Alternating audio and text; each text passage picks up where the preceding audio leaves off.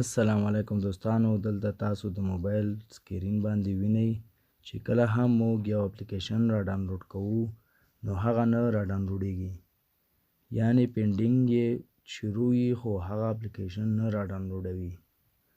دا کومه وجه ده او دا کومه طریقه ده، د دې په باره کې ما نن تاسو ته یو وړه ویډیو جوړه کړې ده. نو راځئ شروع کوم یې.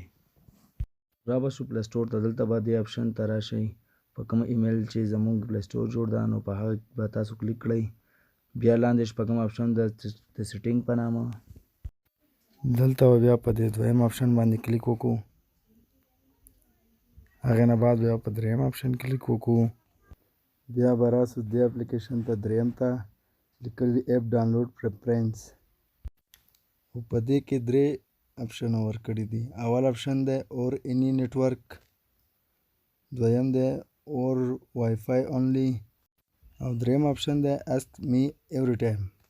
نو کله چې زموږ د موبایل نه اپلیکیشن نه راوړي پینډینګ پې شروع وي، هغه دا وجه ده چې دا کوم دویم اپشن ده د پلی سټور په همدا دویم اپشن په همدې وجه موږ پلی سټور نه شي نسو ډاونلوډ کولی.